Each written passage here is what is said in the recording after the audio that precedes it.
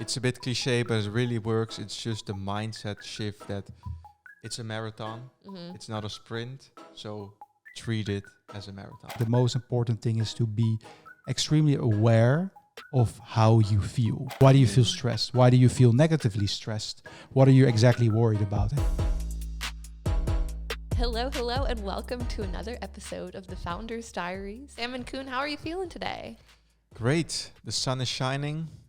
The good vibes in the office. So good. Yeah. Good vibes, feeling sunny. Yeah. Well, unfortunately, it's a bit difficult to always be having the good vibes. And so that's why today we're going to talk about something not everyone wants to talk about, but I think we need to talk about, which is how do you deal with stress as a founder, especially when there's not the good vibe? Yeah, I think it's always there, stress. Yeah. I think when you run a business, and what we've also experienced, like this is our first venture-backed business, and before it, we run a bootstrap business. So basically, start from zero, no money in, just the founders doing their thing. And I've also experienced that there's quite a difference in terms of stress levels between a bootstrap business and a VC-backed business. Do you feel more stress now that it's VC because it's like other people's money that have been put into it? Or do you feel more stress when it was bootstrapped because it's like, this is all like on my shoulder, or different types? Yeah, I think like it depends how you look at it, right? I think, 100% it's other people's money and you want to make the investment worthwhile. Yeah. But it also is that the team you're operating with is bigger and you're also operating at a higher scale, right? So I think the expectation we set ourselves and we also have externally, in this case with investors, is that, we're playing Champions League and we want to win the Champions League. And that comes with crazy amount of dedication. And it also automatically comes with, stress you need to manage. Yeah, like we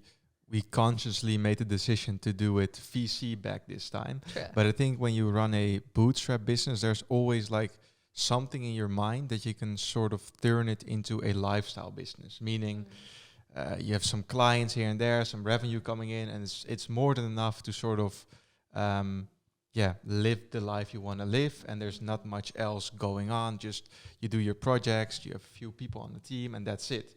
And that is nice, but when you are VC backed, like you can't build a lifestyle business because then the VCs will not make a return on their investment, and it's also not really what we want this time. Nope. So there's only the possibility to go big. It's either a big exit or an IPO, and there's nothing in between. And it's a deliberate choice we made, but I think it's still, in some way, it adds a little bit more pressure and does also stress. I think it makes a lot of sense as you're talking that this would be like a lot of stress for founders, especially having all these considerations. As you mentioned, Coen, knowing that you have a bigger team, more people who are dedicated to this mission, who, if the success or failure of the business will impact their lives, knowing that you have all this on your shoulders, how do you handle that stress? What do you do in your life to try to get past it or work with it? I think there are a lot of things I personally do. I will dive into that, but I think first of all, I think the stress itself, it's a funny creature, I must say, because stress it comes and goes, and it also comes and goes, and it shows up in parts of the body you didn't know. So I always find it more like a story, like how stress on my body evolves, and obviously sometimes it's higher and lower, but it's always at different spots. It's not something that is coming back every single time. And I think what I personally do is that, first of all, you need to keep your mind sane, right? If you work 24/7, eventually your energy is done and you can burn out or whatever. But I think in order to keep your mind sane, you need to conduct sane activities. And sane activities for me mean really working out on a really consistent level, doing meditation, and also doing yoga. Well, this all sounds, of course, really picture perfect. I'm not saying I'm always 100% consistent, but I do know, like, it's also a bit phases, right? Like some phases you can go all in way more for a couple of months, and then a couple months later you do a bit more yoga, a bit more meditation. So, but it's just, listening to the body. But I think the most important thing is to be extremely aware of how you feel. And based on that, change things in your routine, so you don't run out of energy. I think it's Bill Gates that has this quote like that people underestimate what they can do in 10 years and they overestimate what they can do in a year. And that, I think that same applies to us. Like we have all these big ambitions and you want to achieve it in some way also as fast as possible. But it's also good to realize that, as fast as possible still is a marathon. It still takes a couple of years. So trying to do everything as fast as possible, working 24/7, like it will not work, because building a business like this it's not a sprint of 18 months. No. It's more a marathon of 8 to 10 years. So I think that also sort of that perspective also helps with the stress. Because if you try to do too many things, the stress sort of piles up and it becomes bigger and bigger. But if you sort of put things in perspective, like, hey, it's not this super quick race of 18 months, but we're in it for the long run. So take some time with certain things, because certain things also take time. I think that also really helps with sort of reducing the stress, like just the mindset that it's okay that not everything is perfect right now. But it's just an evolving thing, the company you're building. I think that helps a lot. Absolutely. It reminds me a bit of an article I read, I think from the Harvard Business Review this week or last week, that said, if you're struggling with stress, sometimes it's helpful to think of your life in like semesters, because we grow up going to school, having our life in like 4 kind of like quadrants during the year. So you can kind of have these goals and you can think of like, okay, we've reached some milestone, and then kind of move past it. But at a certain point, you don't really have that anymore. And so it's kind of the same idea of like, you have this long marathon. How can you make these points for yourself so it doesn't feel like you're running and running and running and never reaching anything? Yeah, I think that's super important. And for me, I have also realized that stress, like I have all these big ambitions and things I want to do, and stress for me really comes when I don't define what success or a good day looks like. So if it's always the same sort of rhythm where you are really focused on, okay, tomorrow I'm going to do this. You write in all the things you do, and then you just check them off. And that gives you sort of a good feeling, because then you know this is what success looks like. This is everything I should have done today, and I did it. And then you basically, you sort of forget it here and there, and then you enter this rhythm there where you try to remember everything in your mind. You don't write anything down anymore, and you also sort of forget, like, what did I do today? Was today actually a good day, or what did I do? And then you have to go back again to, okay, I'm forgetting something. Usually for me, it's writing down what I have to do the next day. Yeah. And then you get back in that routine, and then also the stress sort of reduces, because you set for yourself a goal. This is what I'm going to do, and you did it. And I think that also helps quite a lot.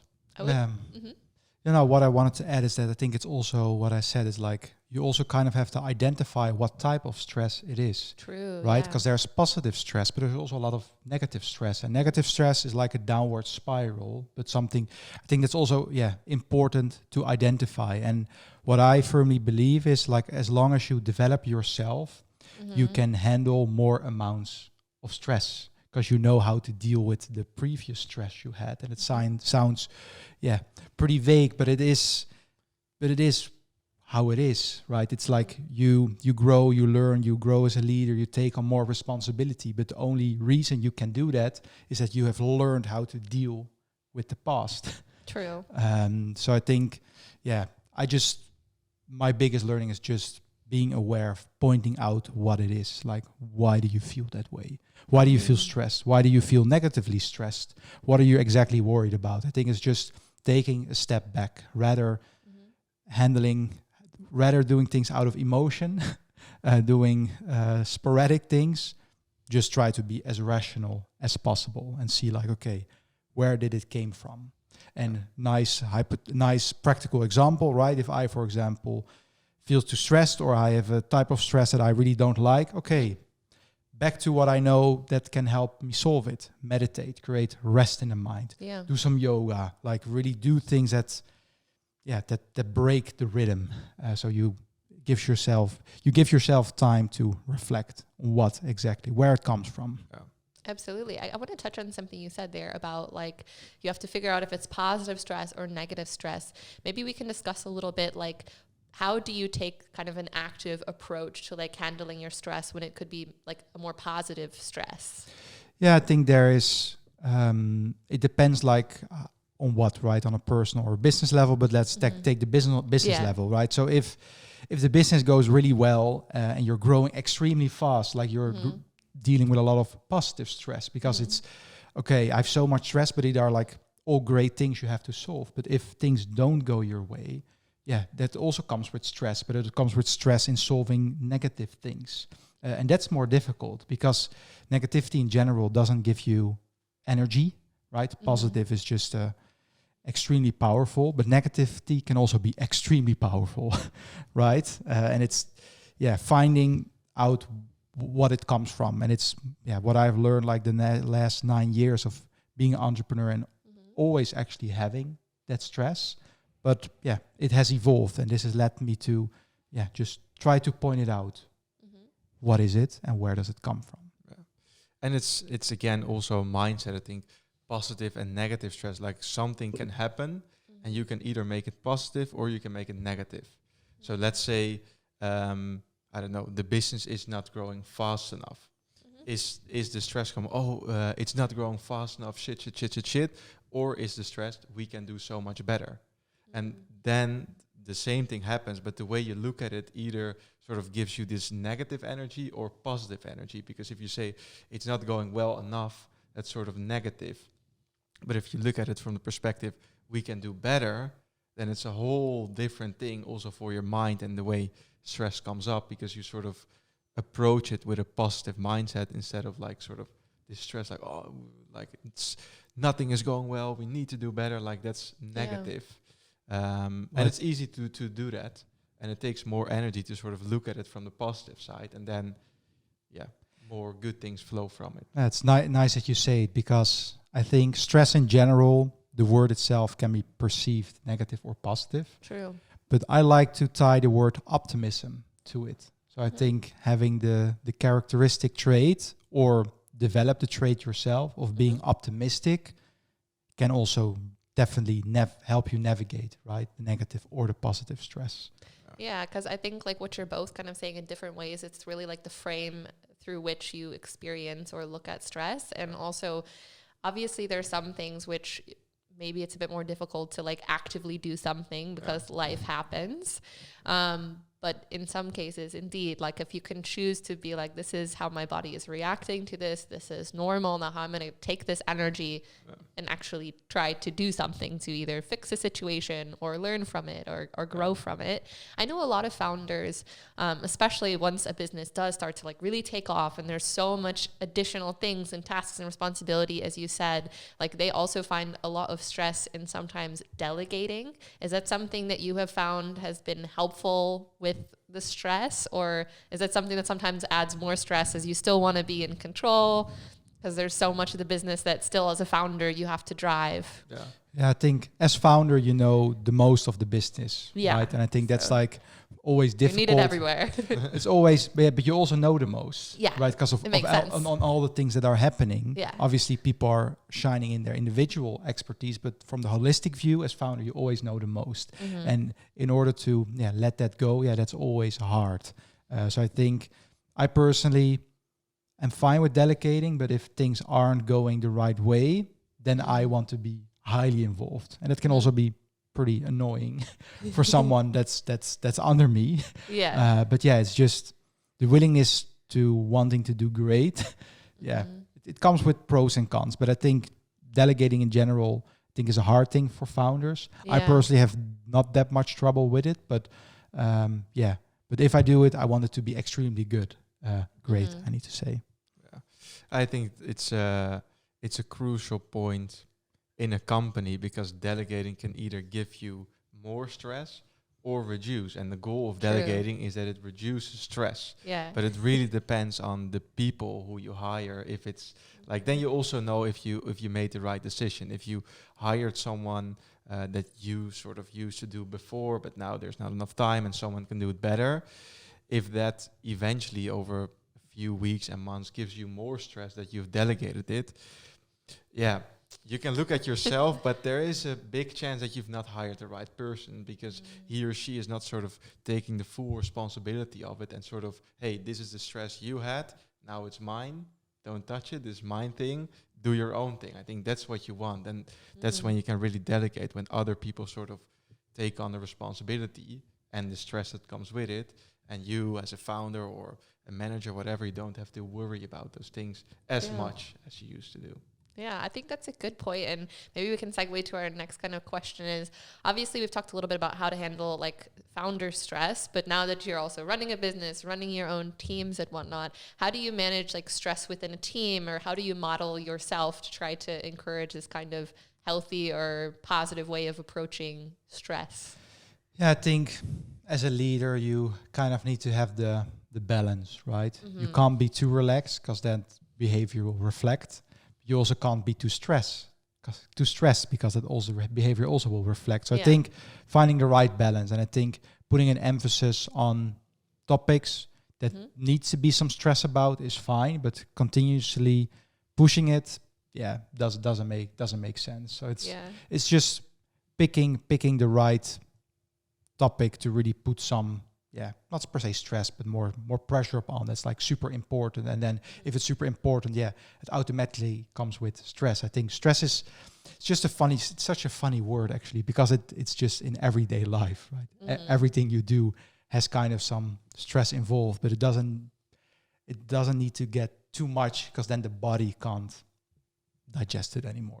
Yeah, I think like of conversations when I chat with my parents on the weekends, and I don't know if it's my family thing or a very American thing, but it's very like one of the routine questions we always ask is if I'm saying, oh, I'm doing this and this and this and this, like they're always like, oh, are you stressed? Because they assume like the amount and the quantity of what I have going on like correlates with this. And you're right, like everything of course will add stress, but it's not always a bad thing. No. So sometimes I've even found myself like starting my stories with, I know it sounds like I've got going on, but I'm not stressed. Like it's a good amount of busyness. Yeah, and you win some and you lose some, right? Some days you're like, oh my God, I'm so tired. True. Yeah, and then you're like, okay, well, I probably have done way too much. Maybe I need to take a step back, learn from it, and know how to prevent that in the future. But I think in general, as long as there's awareness that you are stressed or too stressed, I'm not worried. Like the awareness is important, and if you lose that, then it can become gnarly. I guess, Sam, I know Coen talked a little bit about like meditation and working out and stuff. Are there any tips that you have for like how you manage stress in your routine? I know you talked about kind of how you make like lists and things, but any other kind of tips you have? Like I try to go to the gym 5-6 times a week and run here and there and go for hikes, for example. But one thing that I've really learned, and maybe it's also because I have more of like a marketing background, you have all these dashboards that you can look at. The HubSpot, the Google Analytics, whatever, and you like don't look at it when you come home. That's my rule, because then I drive myself crazy. Then at 10 a.m. or 10 p.m. I'm gonna look, this and that, and then ideas start coming up, and then 2 hours later I'm still behind the computer. Yeah. It's fine if you do it sometimes, but if you do it every day, it's not gonna work. So I think that really helped for me. That sometimes as I mentioned, sometimes there's a lot of stuff needs to happen and it's okay. Yeah. But it's also good to tell yourself, hey, it's okay to sort of put work there and try to focus on something else, sort of shut it down as much as possible. Because otherwise, like, it becomes this ongoing thing that you need to keep looking at. Yeah. But nothing will change if you look at the metrics or whatever. No, it's like watching paint dry. At some point it's going to be a beautiful painting, but not along the way. Yeah. I actually do something kind of similar when I know I have something like sometimes my brain just keeps working, keeps coming with creative ideas, so I will work later on something. But some nights I know I have something like special or whatnot, and I really don't want my brain to be like clouded by work. And so if it's like past 6:30, then I will delete like Slack off my phone and just reinstall it the next morning, because it's like this physically deleting it for some reason. That's like what my brain needs to be like, okay, we're putting this in a box tomorrow morning at like 8. you put this back. And then I'm like, I don't know. Just there's something about, I think, having these little rituals in your life, whatever it is, that can really help yourself, not give a signal to yourself. Yeah, like you need to figure out whatever that signal is for you, I think can be helpful. And of course you break it sometimes, but I think also a breakthrough for me personally, like if you are ambitious, I think it's really important that you go a little bit easy on yourself. Yeah. That sometimes you're not the most productive, other times you are super productive. So lean into it, work a little late, and the other day you're not really, it's not really there. Try to do as much as possible, but then it's okay, whatever. So a bit going easy on yourself also reduces stress a lot. Yeah, give yourself a break. Yeah. Not sponsored by Kit Kat yet. I think not yet. I think also creating like your personal environment, right? It also needs to really help. I think, you're your boss of your own life. Everyone is. So you can design your life however you want it. But I think in my personal case, right, being ambitious, working long days, like I think, you need to design it in a way that you can really take your moments of rest, do fun things, go on trips, do meditation, relax, do yoga, etc., etc. And I think, doing this already for 9 years, I can confidently say that works. Yeah. Not saying I'm doing it every time consistent, but it's just phases, right? Sometimes I feel, the body's just extremely tired. Yeah. For example, when we did the fundraising, that was a pretty stressful period for me. Like, because it's like a month or longer when they're going to do due diligence and dive into the business. That gives you stress because you're like, what if there's something we didn't do well, or if they don't want to invest or whatever. Like that's a stressful period. But I think pointing it out and then taking some time after it just to rest a bit. Realizing that you were stressed. Yes. Yeah. And then doing something with it instead of sort of, neglecting it and think, it's just a little stress, and you continue like that's the wrong path. That you actually acknowledge it. Hey, was super stressful. It's okay. How am I feeling? 1-2 days rest, and then continue instead of. Maybe one thing to add. I think it's you have your ambitious side, but I think it's also important just to have your spiritual side. So just looking into yourself. Versus just looking outside. I want to build a $1 billion business and this and that and meeting, right? Like you can lose yourself completely in it. And I think, also being still aware of your spiritual self, like who are you? How do you feel? Really, is best of both worlds, in my opinion. I think in a recent interview, Brian Chesky from Airbnb said something like, he said, if you're super ambitious, it's really easy to climb the mountain, sort of the outward challenge, building the company. It's a lot harder to look inside the valley that you are yourself, sort of go deep within yourself and actually realize, okay, am I stressed? Am I not? Am I feeling good? Because like you said, it's easy to sort of lose yourself in climbing the mountain. Like it's way harder to sort of stop, take a time for yourself and think about what's going on instead of constantly just waking up, going, sleeping, waking up, going. One day you'll fall off the mountain. We don't want that. Running and then I think like you always see as well that like especially in the US, people like statistically get more sick like on their vacations because a lot of people take less vacation time, and then by the time they actually have a break, like their body is just like the stress disease. That's it. I also had it. And like it's valid. Like it makes sense. Then you know you need to maybe change some things to give yourself the time to recover. So when you actually have time off, your brain can enjoy it. Yeah. But nice to hear all your advice for stress. I guess maybe we always love to end with like one last little tip. If anyone listening could do one thing tomorrow to improve their life stress, what would your advice be? It's a bit cliche, but it really works. It's just the mindset shift that it's a marathon. It's not a sprint. So treat it as a marathon. I love that. That should go on like a t-shirt or a quilt. Clips for LinkedIn. Yeah. I think my 2 cents are people are always looking at their career and their journey as career, but also look at your spiritual journey. Yeah. How are you developing as a person? What are you doing to become a better person? I think that part is very neglected in entrepreneurship or in general, really developing yourself. As however you want to become, of course, but it's just your spiritual journey versus your career journey. Look also at that. Yes, definitely. So take care of yourself, or take care of the runner who's doing that big life marathon. Good summary, yes. Good summary. Well, thanks again for another chat, another entry into the Founder's Diary. See you in the next episode. Yes, thanks for listening. Yep. Thank you. Bye-bye. Bonus clips. The haircut, okay. Yeah, looks good. In case you were concerned. Oh, little concerned. Went to the hairdresser yesterday, so you never know if they screwed it up. Yeah. But luckily, I guess it grows.